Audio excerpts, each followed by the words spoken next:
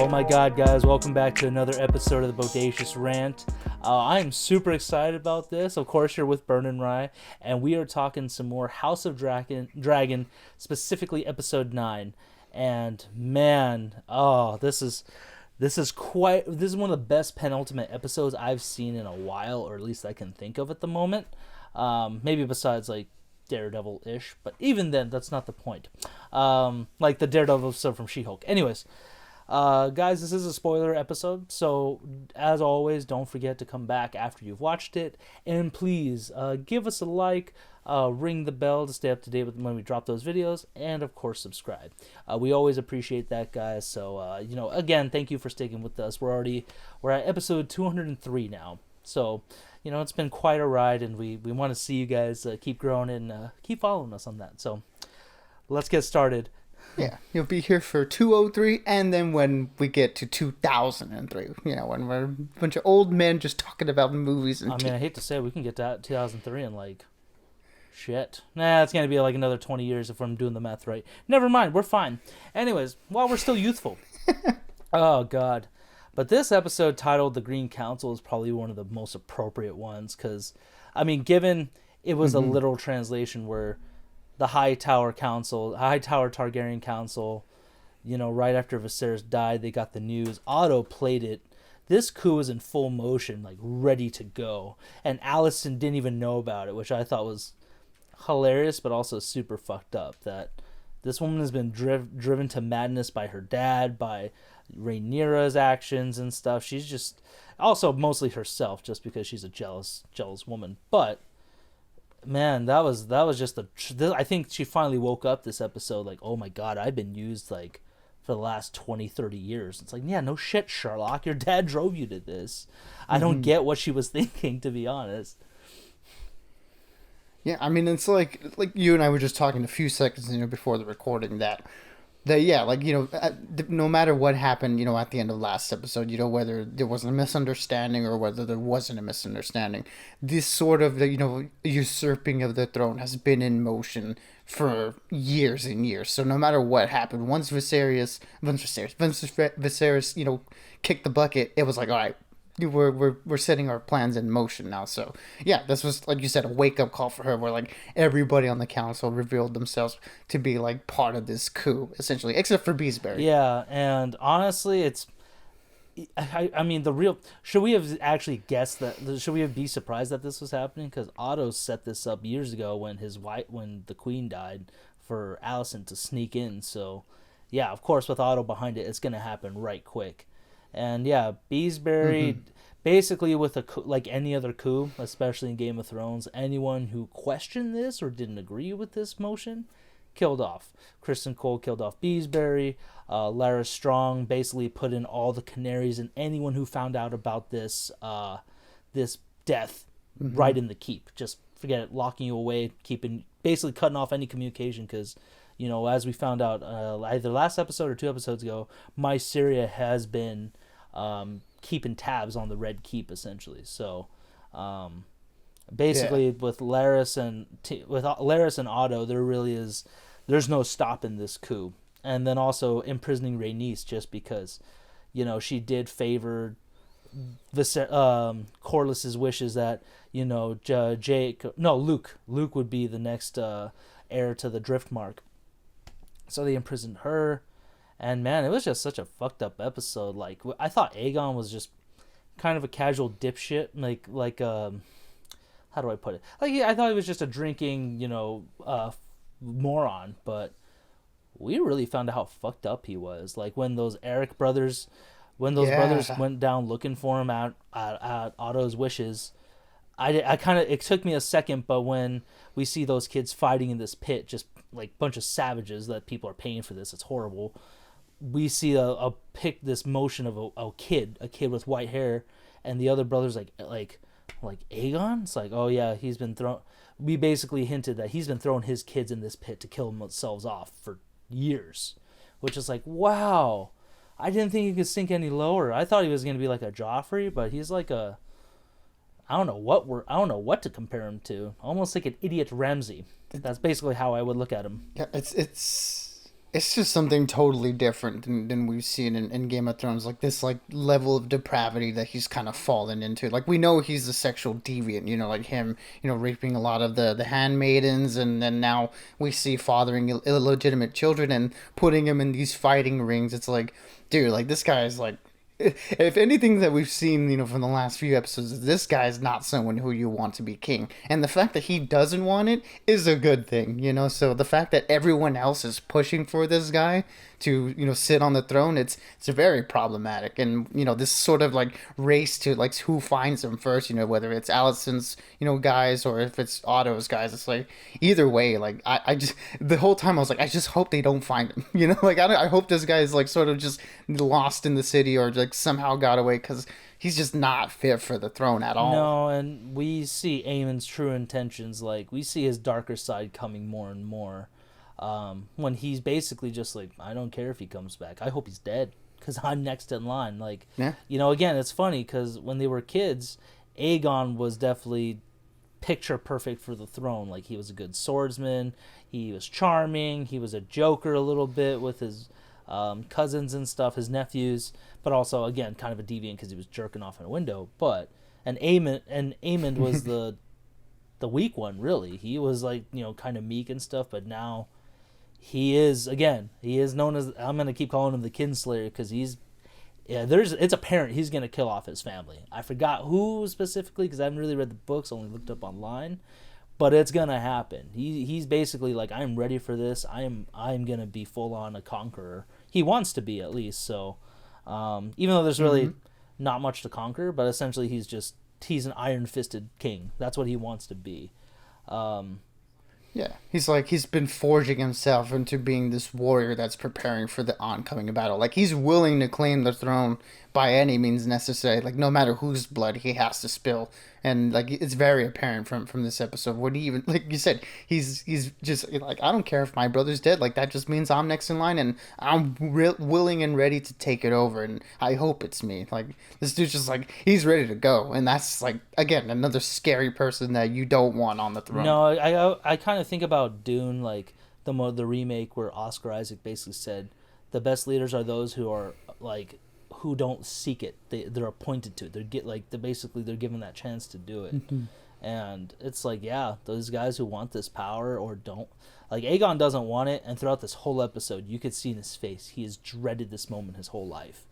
Partially just because he doesn't want any responsibility, but also I don't think he doesn't feel loved, never by his dad. But his dad was also, Viserys was like dying half his life, so it's not really on Viserys. Yeah. But Alicent just has never shown him true love. She's just used him, essentially, this projected him like her father did to her. So it's kind of poetic in a sad way. But and then back to the whole Beesbury part where Cole kills him. I do love the Lord Commander. I forget his name in the show, played by Graham McTavish, but he's a true knight where he told Kristen, like, drop your sword and give up your cape. But Kristen's like, I don't give a fuck. Like, this is not your shit anymore. He basically said, this isn't your lord. You're not the Lord Commander anymore. Like, I could care less who you are. And when like Otto was basically saying, okay, you're gonna go to Dragonstone, make it nice and clean with the Kingsguard, just go kill him, because that was another thing. He wants to kill off Rhaenyra and her entire family right away, just to eliminate any sort of questioning of this new one. Kind of like he put into Alicent's head that Aegon and her children will die, which is like, Rhaenyra showed no intention of that this whole show whatsoever. So that was fucked up. Yeah, if anything, it's been the opposite. Rhaenyra's been the one to like extend the olive branch at certain moments. But yeah, like this sort of like assassination mission that Otto wants them to carry out. It's just like, dude, like, yeah, again, you're doing the things that you were feeding to your daughter that that she should be afraid of. And like again, we see the real snake that he is. Like, yeah, he's willing to cut them out of the game before it can even be played. It's like, dude, like he's truly a despicable guy. And again, like we mentioned, like this seems like it's been in the works for a while. I'll go back to the despicable part momentarily, but I'm very curious to see what happens to my Syria after this episode, because she, again, not only does she have tabs on the Red Keep, but she had Aegon and Cat, like, she had him kind of hostage for a hot minute, and she definitely could have killed him. But what she's just a decent person as well. She may be a madam, like, essentially a pimp, but she's like, I want you to stop the violence of the children in King's Landing. Like, it's disgusting, it's despicable. Your King's Guard have known about it. Like, basically telling him, put your family in check if Aegon rises, because this has got to stop. We won't have it.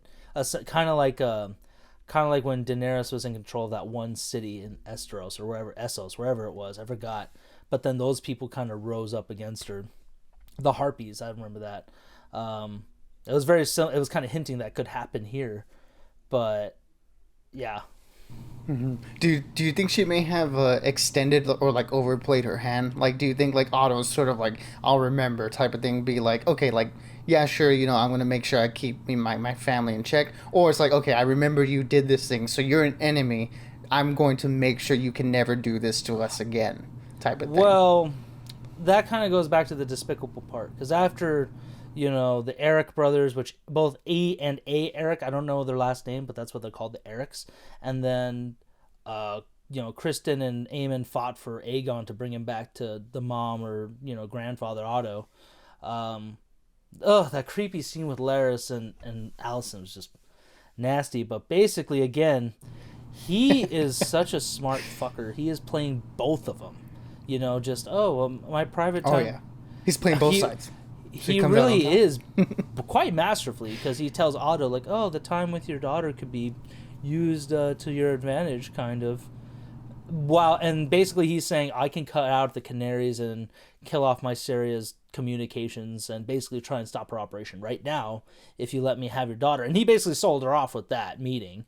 And, with his foot fetish and stuff showing that off, he basically told her in return, yeah, your father knew about this whole thing, all the spies in the Red Keep for a while, but he used it to his advantage. So, again, man, I fucking can't stand him. He's just like Littlefinger in the worst way.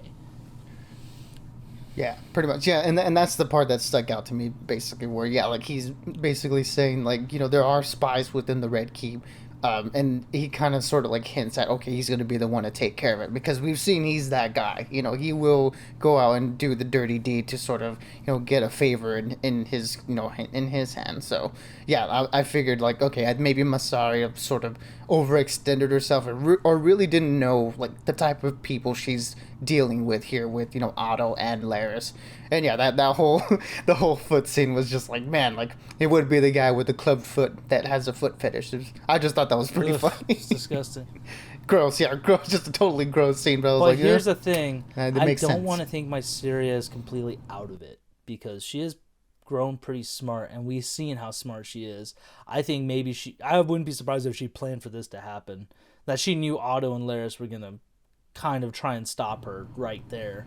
But, like, well, there was one thing that I saw, like, in the end of the episode, and it wasn't quite clear to me. Maybe you can clear this up, because I had a question about this when I saw it. I kind of, like, missed it. We do see, like, a building being burned, like, towards the end of the episode. Did you get, like, whose building that was? Was that Mysaria's building, or was that just something random? Because it was hard to catch for me. I'm 100% sure it was Mysaria's, pleasure house, basically her base of operations, and Larys used one of those criminals that killed off his brother and his dad to burn this place down. But again, I don't know if she's dead. I'm hoping not, because I love what the fuck is her name? Mizuno or something like that. I can't think of it right now, but she's a really good actress. I'm kind of bummed I haven't seen her a lot more this season.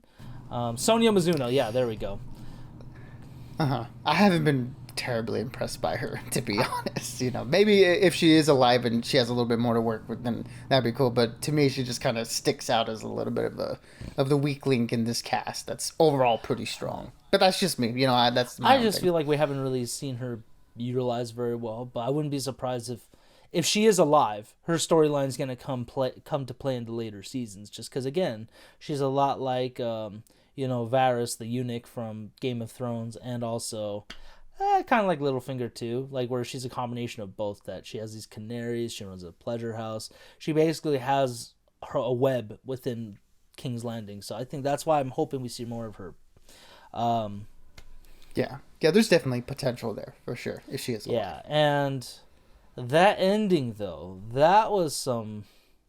I'm kind of glad it went the way it did. I kind of wish it went worse for the Hightower Targaryens, but with Rhaenys, I thought they were gonna kill her off, but it was one of the Eric brother that has completely forsaken the Hightowers. He's like, I can't do this treachery. Like, we got to get you out of here now. You need to get help and essentially figure out a way to stop this.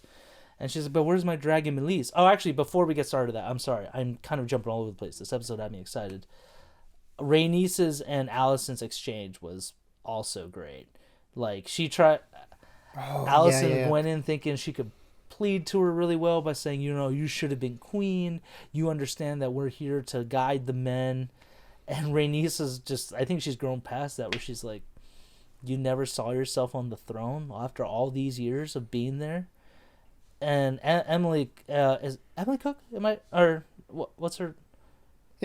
Olivia Cook. I'm thinking of the other girl, Emma Darcy. But Olivia Cook, she's such a good actor. My God, she's one of the best casting for this show. She sold that face of like, face of like, I never really did, because my dad just wanted me to be queen and basically bear children to lead the throne. It was like, that was again another realization. It's like, I've been played, and Rhaenys just knew that. She's like, I got this bitch. That's what you get for imprisoning me and my dragon, which they held Melissa, her dragon's name Melise, in the dragon pit, because like, oh well, we can't, if you take your dragon, they may be prone to war, but if you don't, it won't be as aggressive. It's like, fuck you, that's her dragon. You wouldn't understand that. So I'm glad when that whole crowd was just being driven to the coronation, she looks up and she sees the dragon pit, like, oh, that's where I need to go. Like, yes.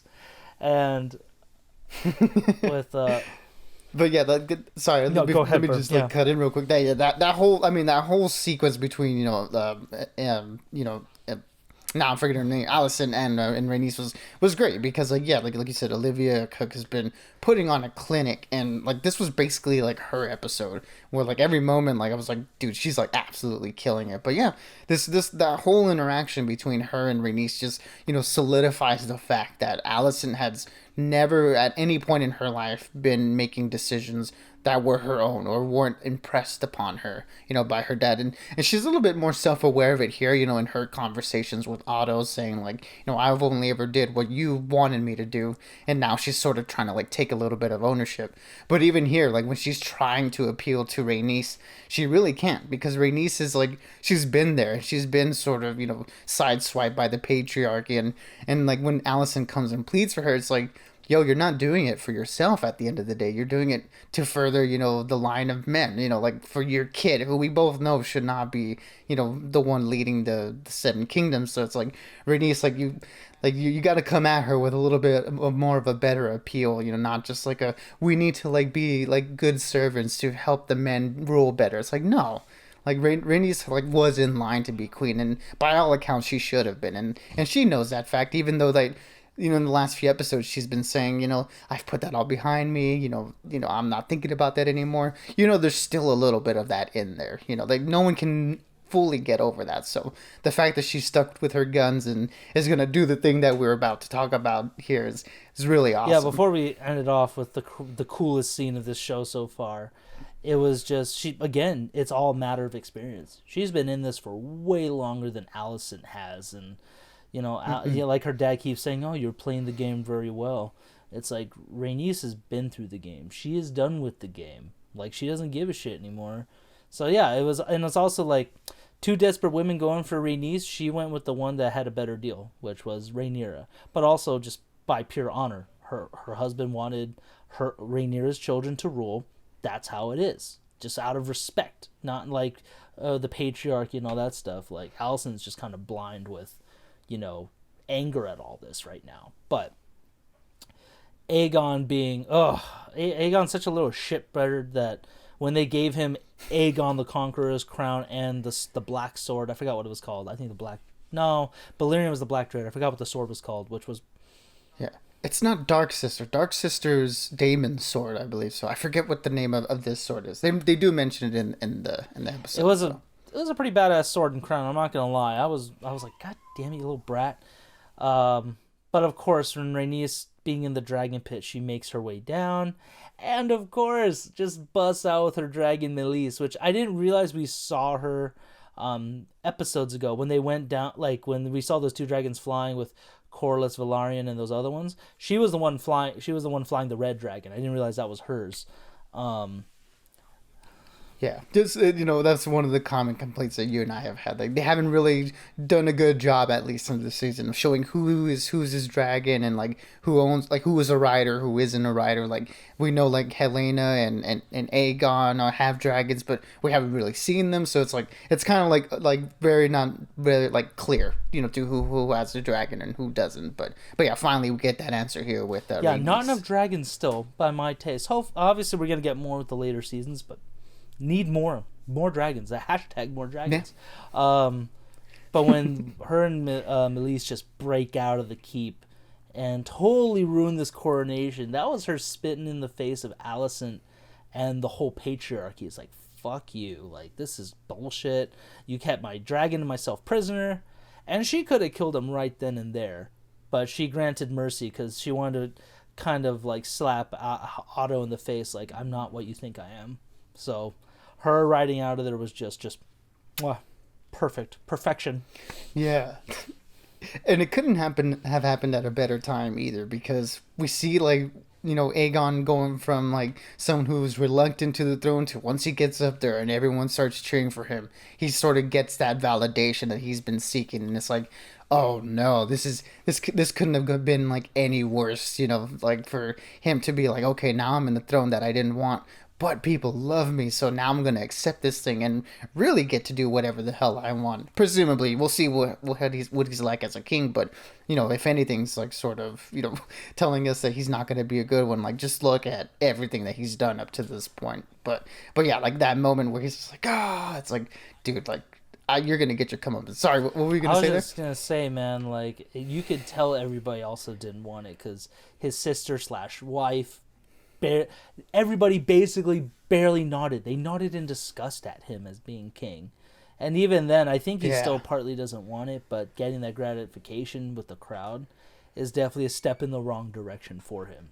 Because, yeah, it is validating everything horrible he's done. And when he asked his mom, like, do you love me? And she was like, you imbecile. It's like, that doesn't help. I wouldn't feel that at all. Like, you're calling me stupid, thanks a lot. Call me soft, call me what you will, but he hasn't had a great life either, given he's been the son of a king and queen. But yeah, he's just been a pawn, a political tool for his mom and his grandfather, one of them at least. So yeah, like I said, it ended on such a great note. I can't wait to see what happens next week, where we're gonna see Rhaenyra and her allies come together. Like, okay, we still back you. What's the next step? How do we do? Like, how are we gonna start this? Essentially, just because they took her throne. I'd be pissed. I'm like, yeah, we're gonna go full bore right into the Red Keep.